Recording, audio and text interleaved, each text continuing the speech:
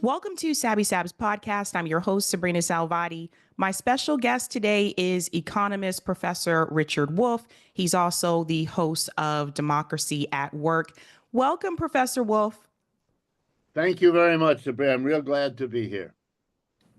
So I want to dive into the economy, and I want to start with the Biden-Harris administration, and then we can make our way forward to the new Trump administration. Talking to voters on the ground for this presidential election, the number one concern that I heard from voters was the economy. And in particular, a lot of people were concerned about the grocery store prices. Kamala Harris and Joe Biden have addressed this a number of times, and they blamed corporations, and they said that it was corporate greed. I think a lot of us remember going back to 2020 with the pandemic. Obviously, we had economic issues there as well. People lost their jobs. There were businesses that closed because of the pandemic. And I think a lot of people were hopeful that coming into the Biden-Harris administration, we would not have similar economic issues. When the war started with Russia and Ukraine, one of the things I noticed is that the gas prices increased. And also I noticed our utility bill increased as well. And that seemed to trickle down over time. And then there was this issue of the increased grocery store prices. So I think the first question I have for you is, how did we get here? And is it all just because of corporate greed? Okay. Big question. You're absolutely right. Everything I see, everything I do my research around confirms your point, namely that what people voted on and what people were concerned about, perfectly understandably, is the fact that whatever their wages were, it wasn't going as far as they needed it to go. Or as my grandmother used to say, there's too much month at the end of the money. It just, that's the way it came down. And to be honest and fair, we have to say that, yes, credit goes to Biden and Harris for being willing to say that it was the corporations. But the problem with them was they didn't do anything about it. In other words, you had them confirming what I think most people already know and believe, that corporations are the ones that do it. And I'm going to get to that in a minute. But in order to be a leader, in order to win the vote, you got to show that you're able and willing to really do something about it. At one point, Kamala Harris did that. She said, and correctly, that the power already exists. In about 30 out of the 50 states, there's already laws on the books that allow the government in those states to limit price increases when there is a public need to do so. And that all she was suggesting was what 38, that is a majority of the states in this country, have already done. She can take 2 or 3 steps further and make that available to the people as a whole. On that day, when I read that she said that, I got really hopeful. She was now going to come forward with a plan about how to do it. And I got to tell you honestly, she never did that. She made the statement again, she has the power and she would do something about it. But people wanted to hear something that they could, wrap their heads around. Say, okay, we're going to vote for Kamala Harris because she's going to do X, Y, and Z. I'm not asking her to flesh it all out in full detail. That's not reasonable to ask. And that wouldn't be reasonable to ask of her either. But something concrete. And instead, to tell you the truth, she backed away. She got hammered by the right wing for saying it. I remember reading, you're making us do what they did in Soviet Russia. That's complete. I mean, I'm a student of Soviet Russia. I can assure you it's not what they did. But, who cares, right? They hit her with that kind of argument, made her look bad, I guess, in certain areas. So Mr. Trump never even said that. So even if you didn't like what Kamala Harris said, even if you didn't think it was sufficient, It certainly was better than what he did, because he basically didn't say anything other than, gee, people are hurting, which nobody needed him to say because we all kind of knew it. All right, let me go back and look at with you, if I can, for a moment, this business of inflation. Yeah, we had an inflation. And people have to understand what an inflation is so they don't make a mistake. I'm a professional economist. This is the definition. If you go to WikiLeaks or the dictionary, this is what you're going to find. An inflation exists if and when prices in general are rising. That's all it means. Not every price has to rise. Some prices can rise a lot, some prices can rise a little, some prices can fall. But if the general picture is rising prices, which it was, well, then you have an inflation. All right, now step two. Who determines the prices? In other words, if an inflation means prices are rising, who raised them? They don't go by themselves. The banana does not give itself a price when you go in the store to buy a banana or a haircut or a software program or anything else. And the answer is employers set prices. According to the United States Census, 3% of our people, of the American citizens, 3% are employers. The other 97%, you and me, are not employers. Employers set the prices. We have to pay the prices they set. The only way you can have an inflation is if the employers raise the prices. No one's holding a gun to their heads. Why then? Here comes point three. Why did employers in general start raising prices in the year 2021 and again across 2022? Why? Well, the answer is really pretty obvious. Capitalists, employers, raise prices when and if it's profitable for them to do that.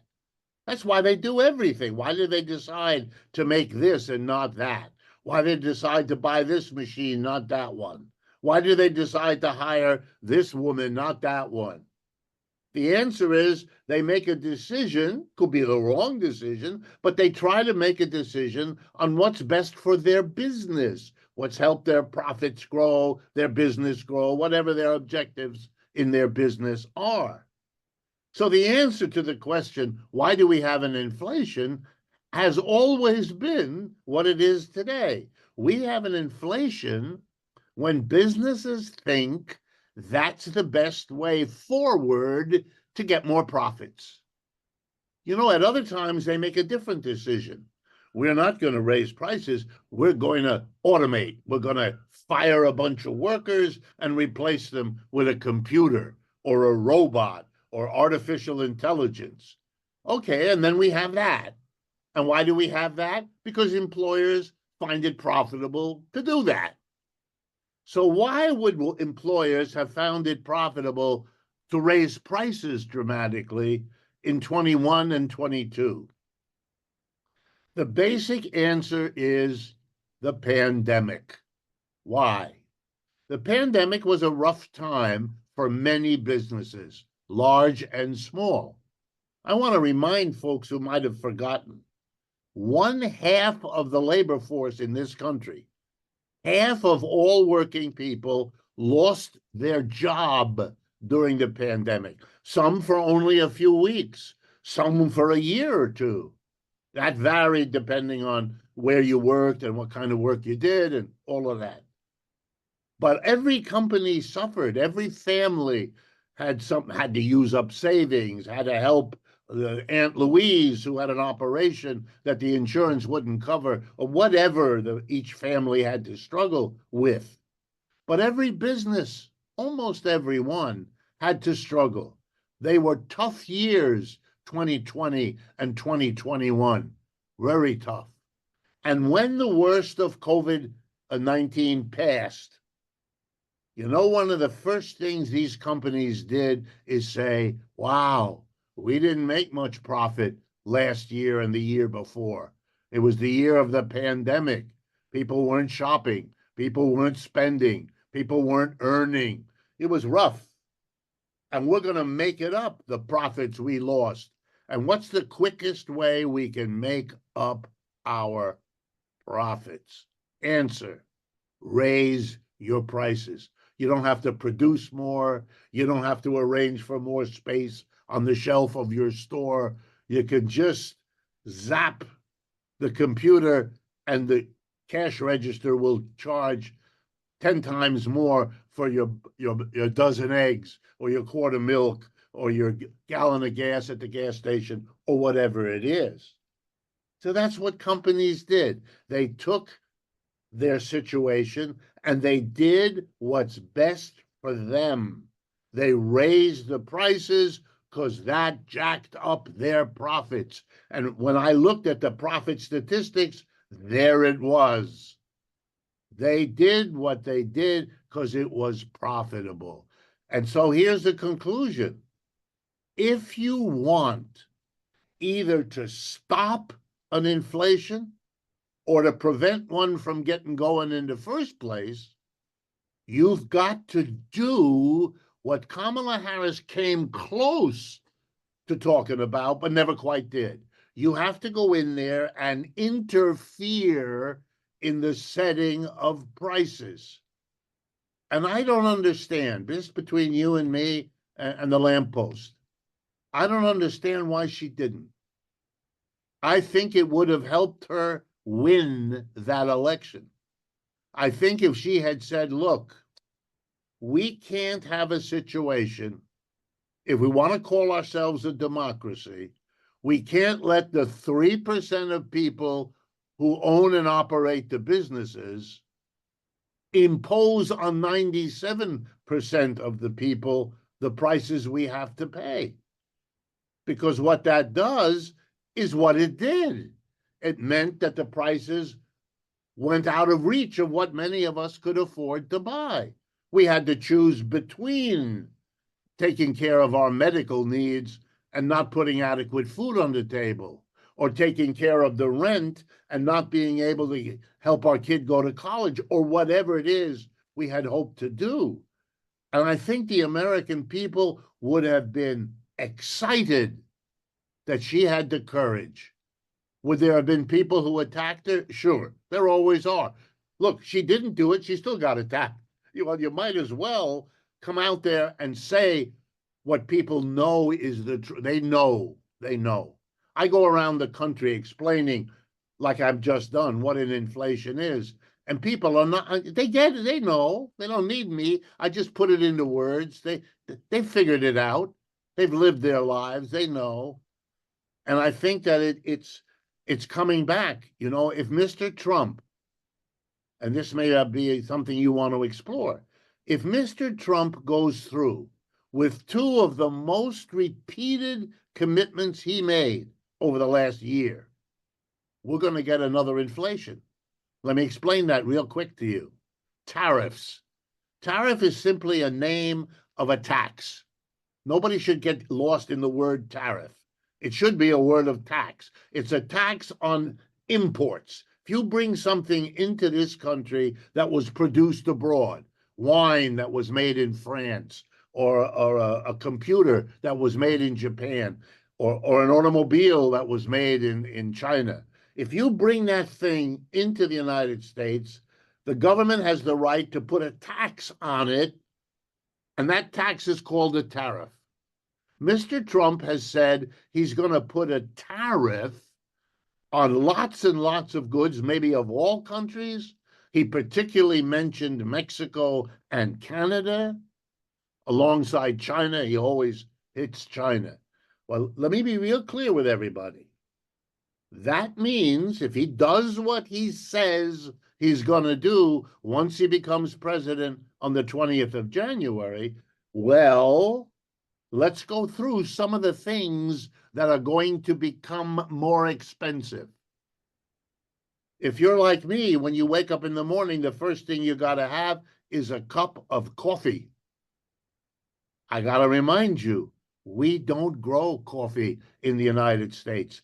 In Hawaii, there's a small acreage of coffee, very good coffee, very expensive. But most of us have our morning coffee, the way we always did. We didn't ask where it comes from. Well, let me tell you, it comes from Latin America or it comes from Africa. Those are the two major places from which we get the coffee that many of us drink every day 5 times. Well, the price of that's going to go up because the companies that bring the coffee beans from abroad are going to be hit with a tariff when they bring them in from Brazil or Colombia or Kenya or any of the other places that provide us with coffee. And that means your Morning Joe is going to go up in price, and that's going to hurt your budget. You know what else? A lot of us put sugar in the coffee.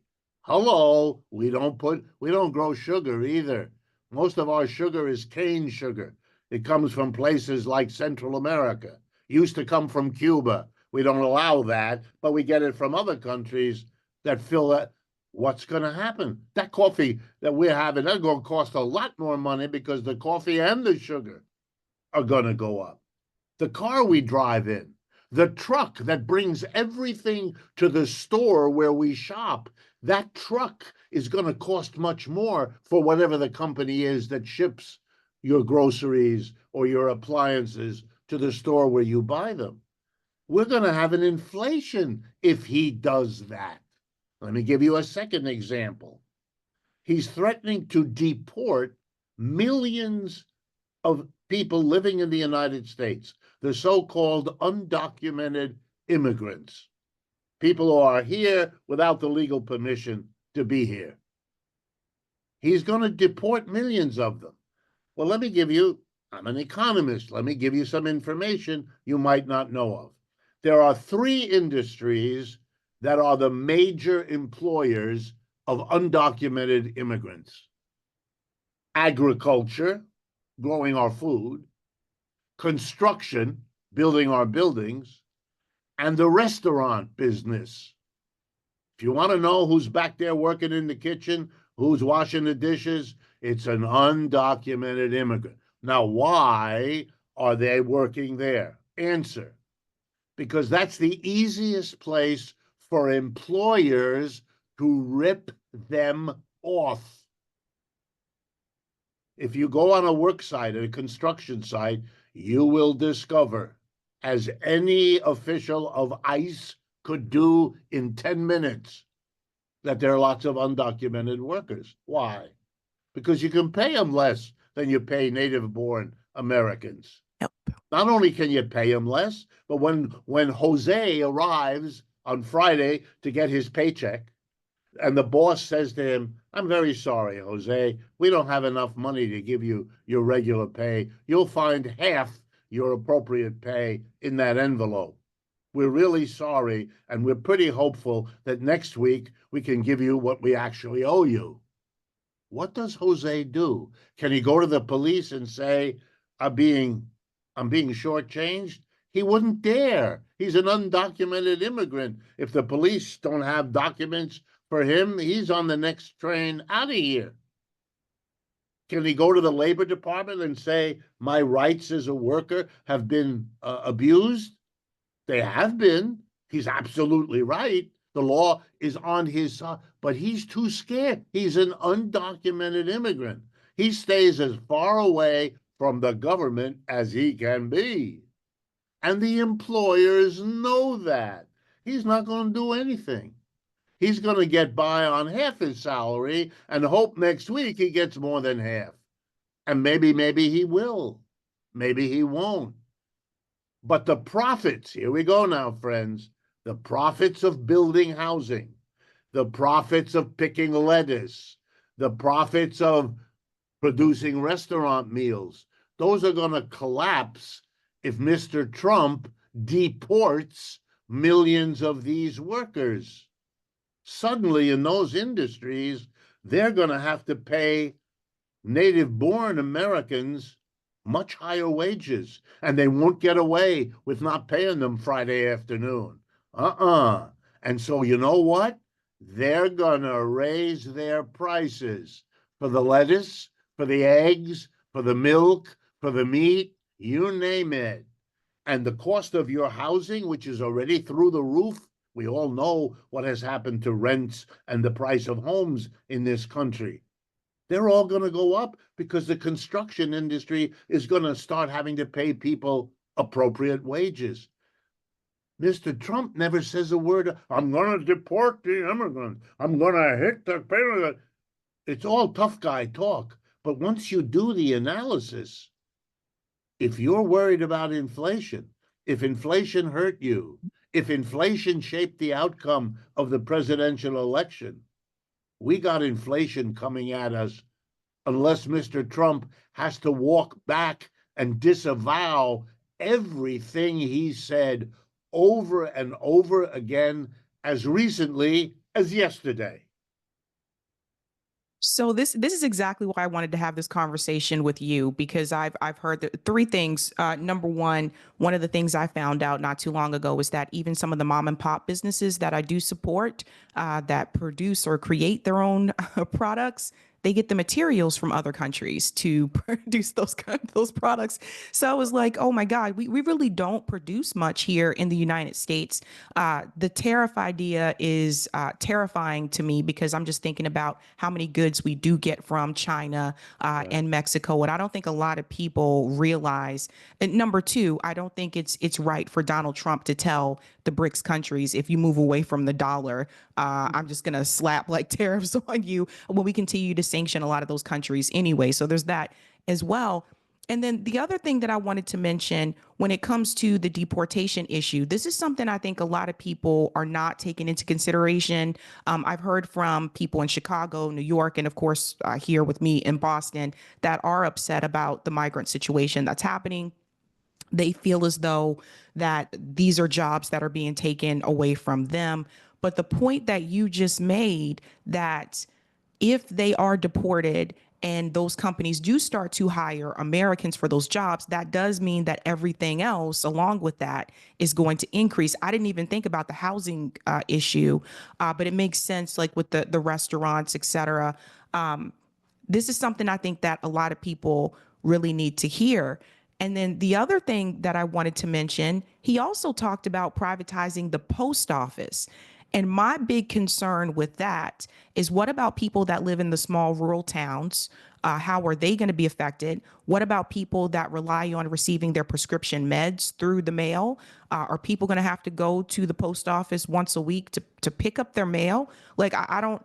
I think he's thinking about this from a business perspective and not thinking about how it's going to impact the everyday American. Yeah, and I think I would take it a step further. He's also trying to use the mass media, and that's why programs like yours are so important. He's trying to use the mass mainstream media to tell a one-sided story. You know, he's like an advertiser. He tells you what the good part is about what he's trying to do, and he carefully avoids mentioning. It's like the guy who sells you a used car and neglects to mention that it doesn't have a motor under the hood there, and so you get in and it feels real good, but it won't go anywhere, which is it after all why you bought it. Yeah, I want to drive home some of these other sides so that people can understand them. If you privatize the post office, what it means is, instead of an institution like the post office, whose job it is and always has been to connect this country. We are a large country, from the Atlantic to the Pacific, from the Canadian border, the Mexican border. We are an immense country, and we have been a very large country for most of our history.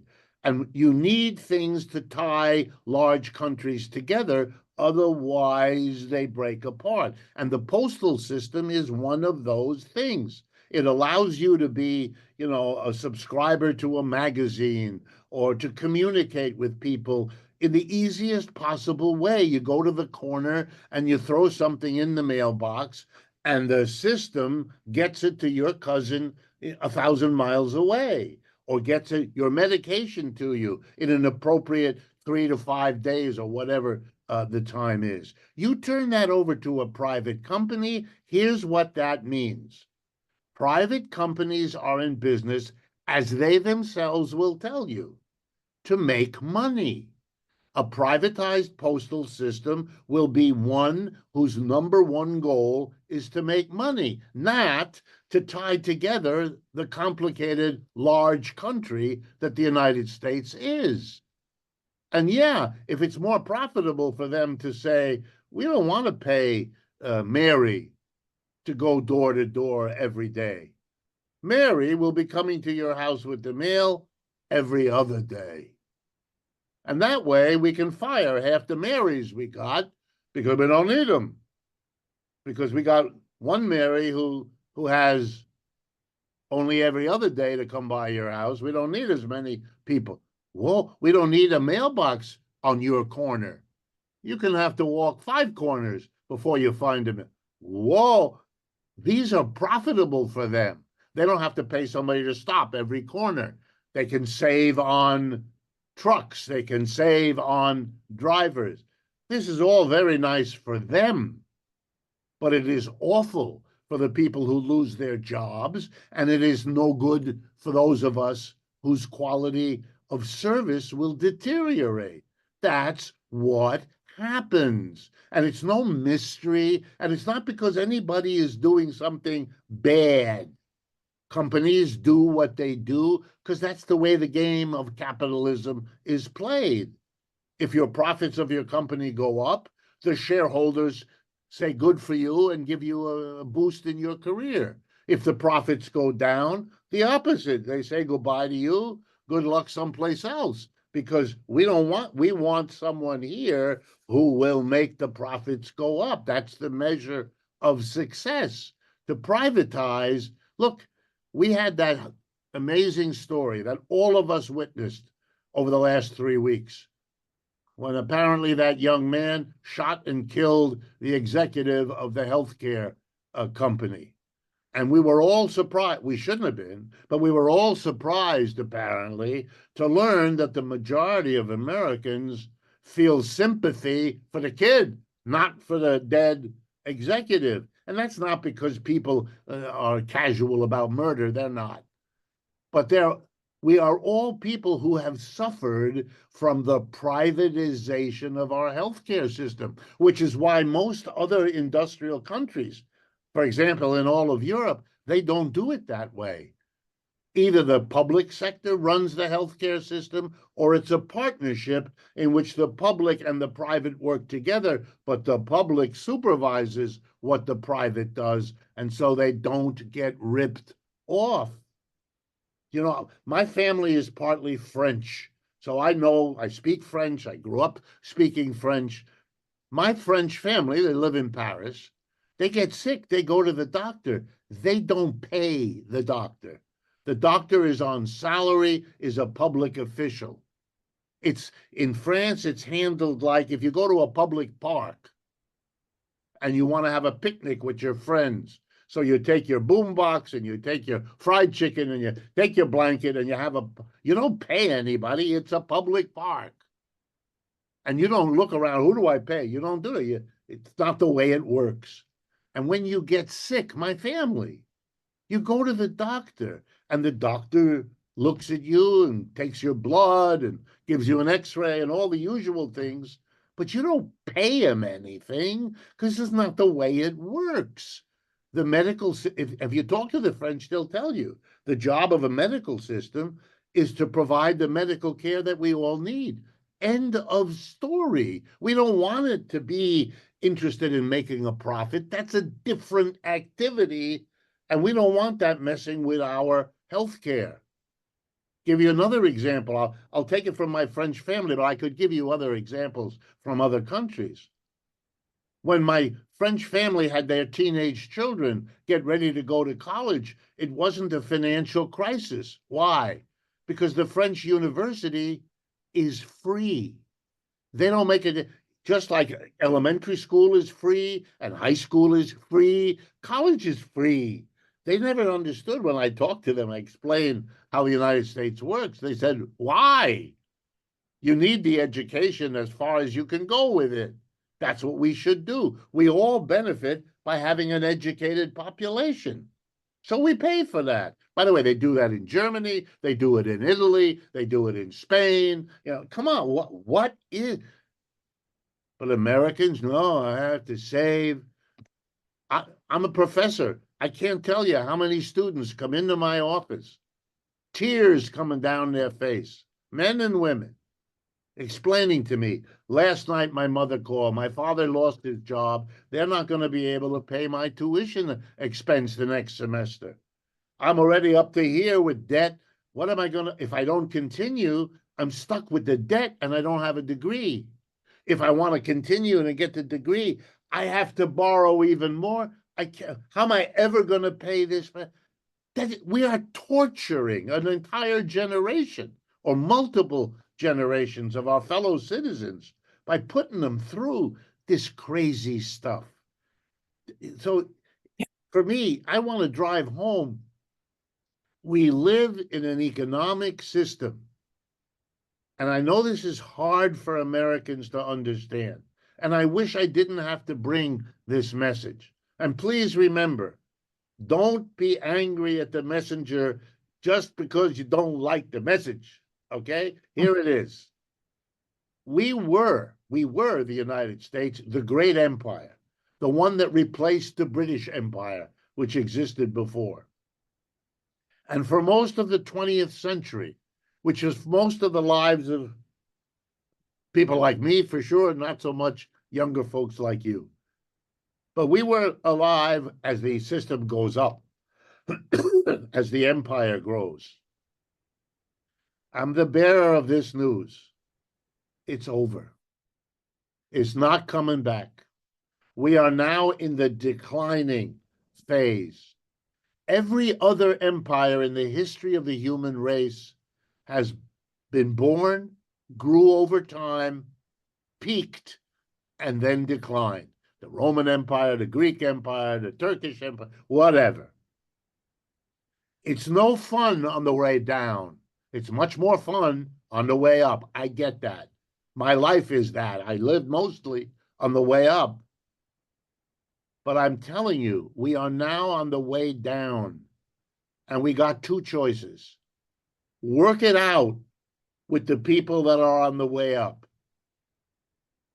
Or go down fighting, but go down you will. And fighting is not going to help you. You mentioned a minute ago an example. Mr. Trump is threatening the Brics nations that if they continue to develop their own economies in the way that's best for them, we will punish them with tariffs. I got news for you, Mr. Trump, and he knows this. Those countries are doing what's best for them. And if they didn't, their own people would get rid of them. There's no choice for them. And you don't have the power anymore. I know you don't want to face it. I know you want to be the tough guy, but it's a game and no one is fooled anymore. You're losing in Ukraine. You're lost in Afghanistan. You're lost in Vietnam. Hello, begin to pay some attention. You know what the United States reminds me of?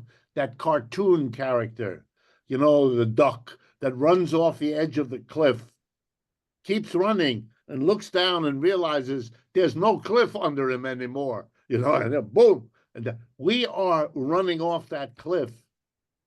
That's why we're having the problems we do.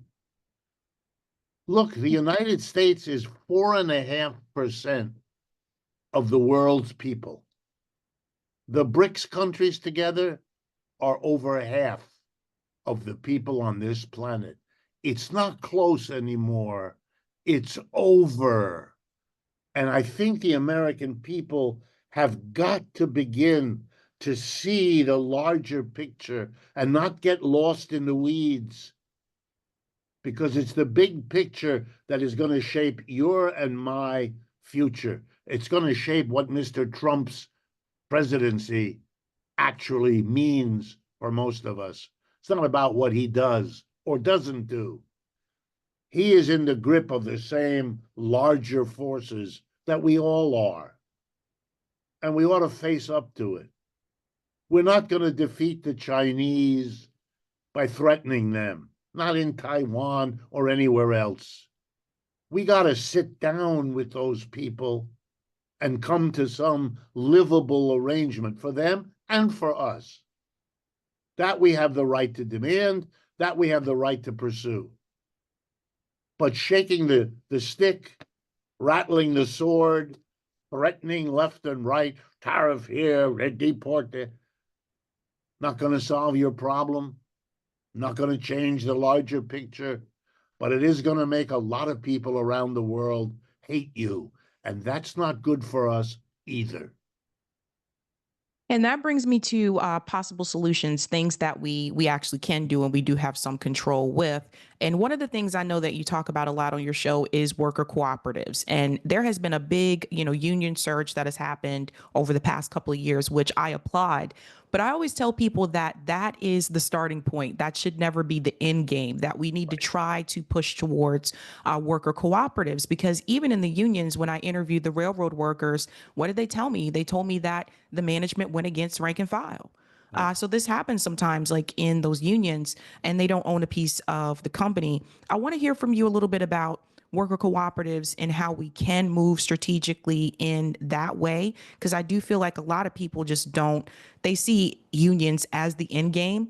And then I also want to get your take on, there is the new movement that is happening with Dr. Jill Stein and Shama Sawant coming together, bringing labor and the political space together, sort of as a third party labor movement. And I want to get your take about that, if that could be a possible path forward, especially this particular election. There were a number of us that did support Dr. Jill Stein, not just over economic reasons, but a lot of us primarily over Gaza, over the Gaza situation. Do you think that is a possible direction we can go in? And then also the need for worker co-ops. Sure. First of all, let me, I don't mean to embarrass you, but let me applaud you. I think it's rare, and I really look for it. It's rare to have an insight with which I agree 100%, that unions are important, valuable instruments, but they are not the end of the process. They are not the end game. They are not the final. And I'll tell you why. And I say this as a Democrat with a small d, not the Democratic Party, just a belief in democracy.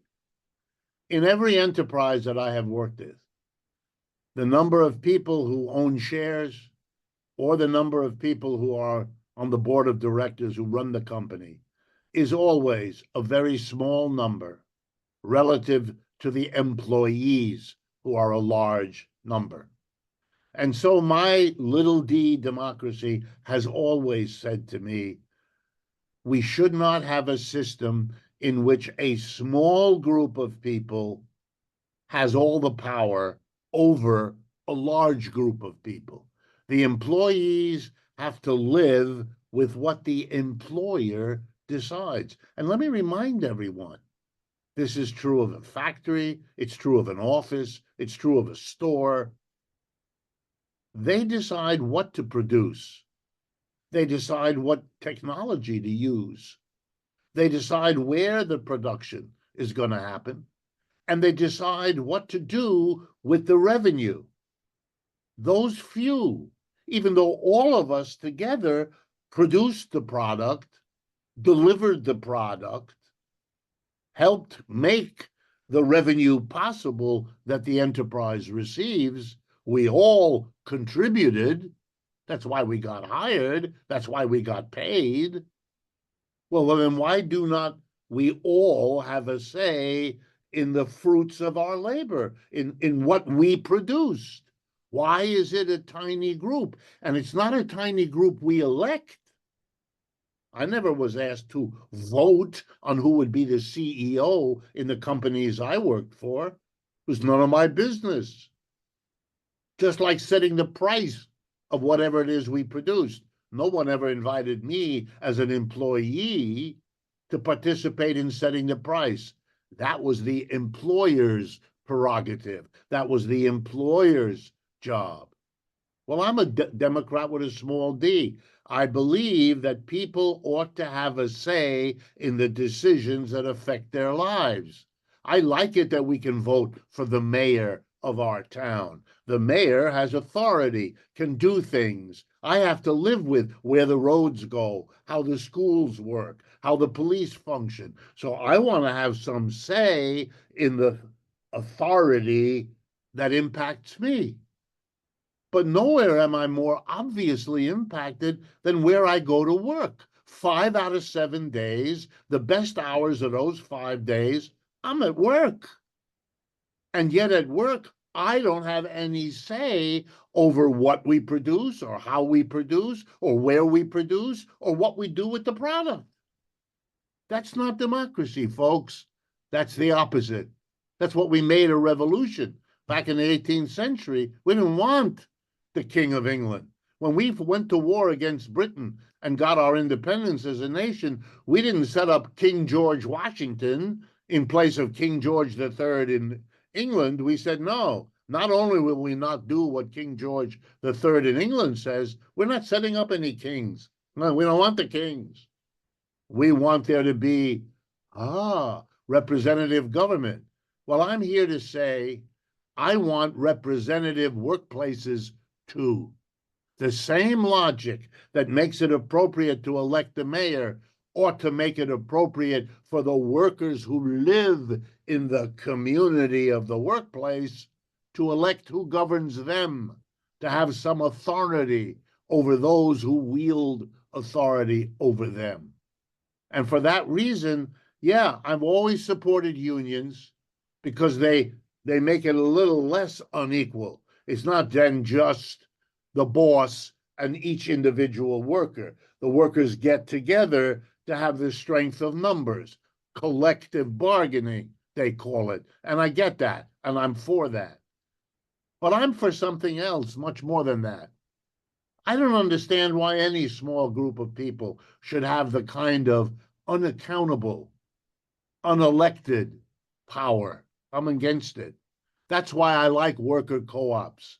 I like the idea that the whole community of people who work, the ones with white collars, the ones with blue collars, the ones with more education, the ones with less education, they're all equal when it comes to voting for the mayor, and I don't understand why we aren't all equal when it comes to deciding who runs the enterprises that we all depend on.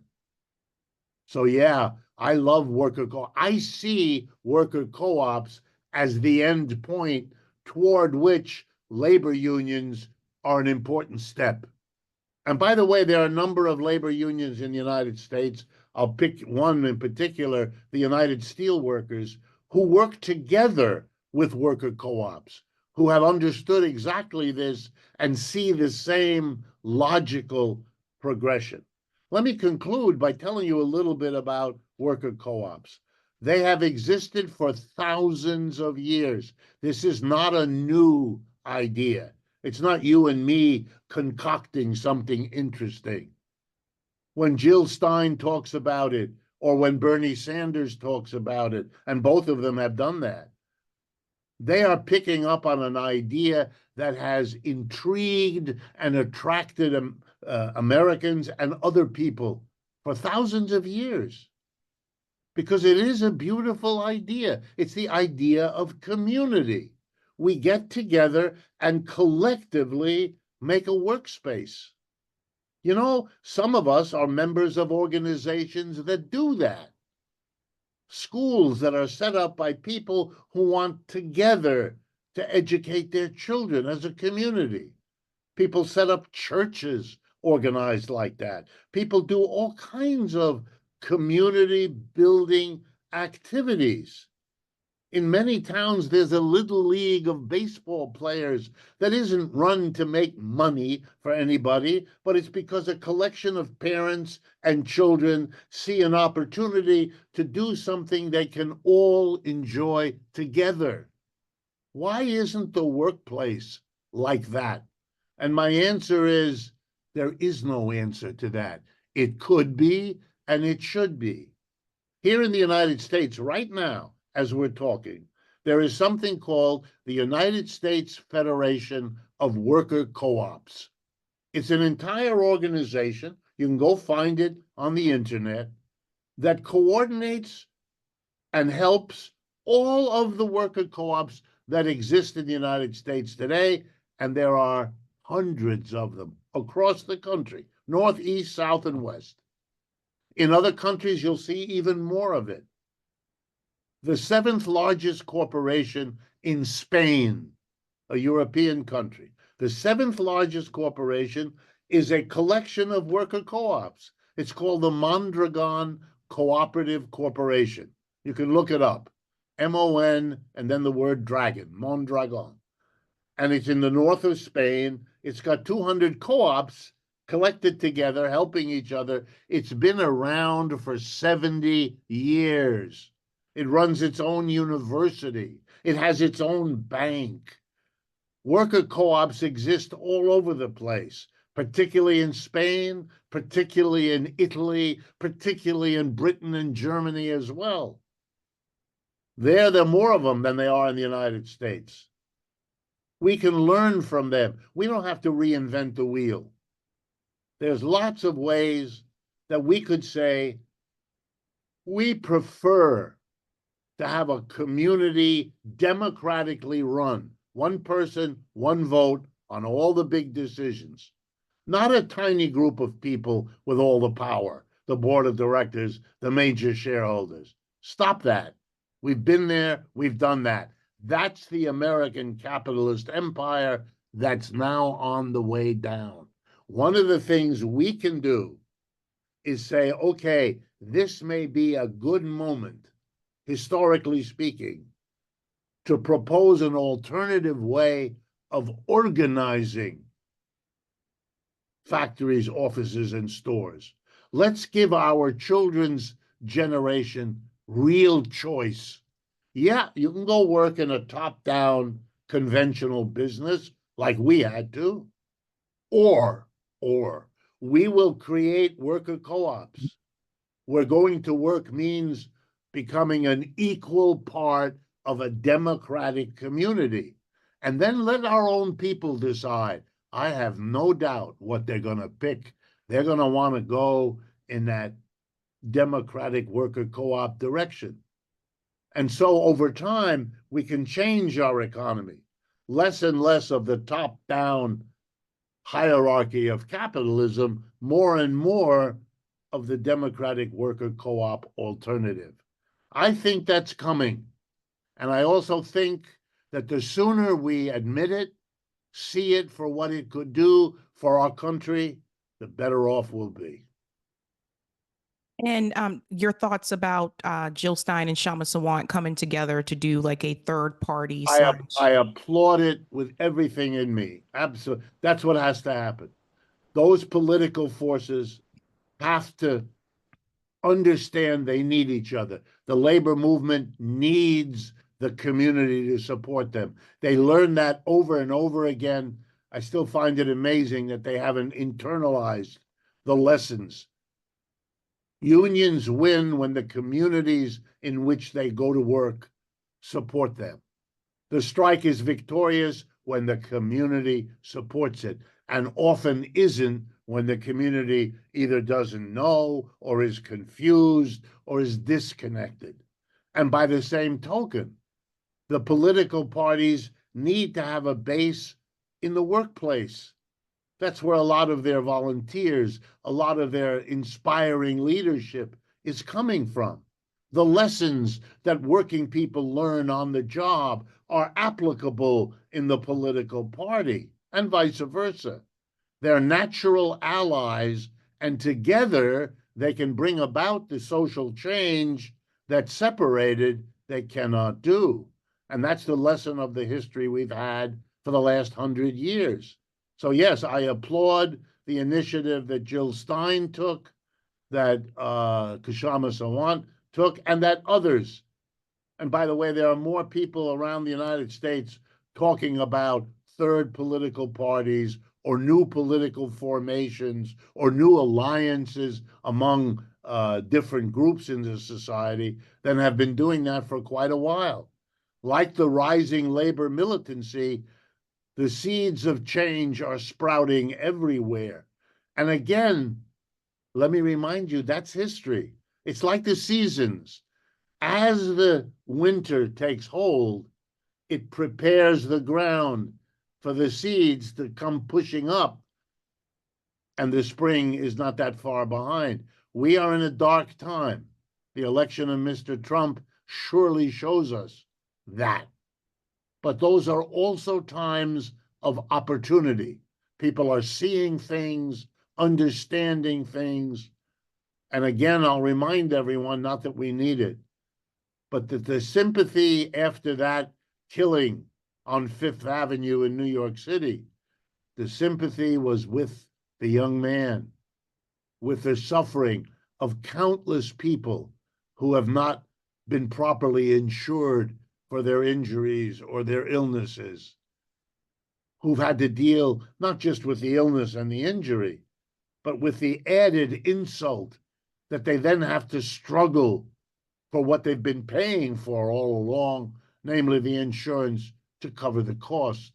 That's a kind of torture of the population that made everybody understand what drove that young man to do what he did. It's not a justification, but it is an explanation. And we better pay attention, because there's lots more of those kinds of angry people than we dare admit in our society right now. Professor Richard Wolff, thank you so much for your time. My pleasure. And let me thank you, and I really mean it. It's programs like yours that have the courage to talk about this honestly. And that's the biggest service the American people can get. So on their behalf, let me thank you as well. Hey guys, this was a Sabby clip. If you like what you saw, hit that like button and subscribe.